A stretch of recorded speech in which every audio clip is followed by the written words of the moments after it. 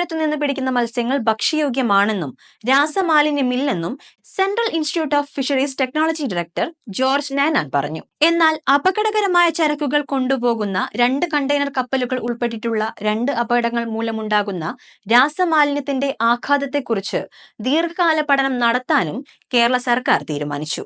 Central marine fisheries research institute CIFT, Kerala university of fisheries and ocean studies തുടങ്ങിയ പ്രമുഖ മത്സ്യബന്ധന ഗവേഷണ സ്ഥാപനങ്ങളുമായി ചേർന്നാണ് പഠനം നടത്തുക.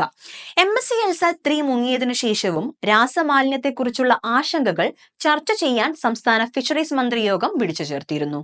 എറണാകുളം മുതൽ തിരുവനന്തപുരം വരെയുള്ള വിവിധ തുറമുഖങ്ങളിൽ നിന്ന് മത്സ്യഫെഡ് ശേഖരിച്ച മത്സ്യത്തിന്റെയും വെള്ളത്തിന്റെയും സാമ്പിളുകൾ ഉപയോഗിച്ച് പ്രാഥമിക പഠനങ്ങളും നടത്തിയിരുന്നു. മത്സ്യം ഭക്ഷ്യയോഗ്യവും സുരക്ഷിതവുമാണെന്നാണ് പരിശോധനയിൽ തെളിഞ്ഞത്. സംസ്ഥാനത്തിന്റെ തീരപ്രദേശത്ത് നിന്ന് ശേഖരിച്ച കടൽ വെള്ളത്തിന്റെ pH അളവും സാധാരണമായിരുന്നു. മഴക്കാലം കാരണം കലക്കനില അല്പം കൂടുതലാണെന്നു മാത്രം. ഫ്ലൂറസൻസ് പരിശോധനയും പോസിറ്റീവ് ഫലങ്ങൾ തന്നെയാണ് നൽകിയത്. ഇതൊരു സെൻസറി വിലയിരുത്തലായിരുന്നു. ബയോകെമിക്കൽ പാരാമീറ്ററുകൾ വിശകലനം ചെയ്യുന്നതിന് വിശദമായൊരു പഠനം നടത്തേണ്ടതുണ്ടെന്നും അദ്ദേഹം പറഞ്ഞു. മത്സ്യത്തൊഴിലാളികളും മത്സ്യ കച്ചവടക്കാരും വിപണിയിൽ മത്സ്യത്തിനുള്ള ആവശ്യം കുറഞ്ഞതായി പരാതിപ്പെടുന്നുണ്ട്. കപ്പൽ തകർച്ചയ്ക്ക് ശേഷം സ്ഥിരം ഉപഭോക്താക്കളിൽ പലരും മീൻ വാങ്ങുന്നത് നിർത്തിയിട്ടുമുണ്ട്. എന്നാൽ ശുദ്ധജല മത്സ്യത്തിനുള്ള ഡിമാൻഡ് വർദ്ധിച്ചു വരികയാണ്.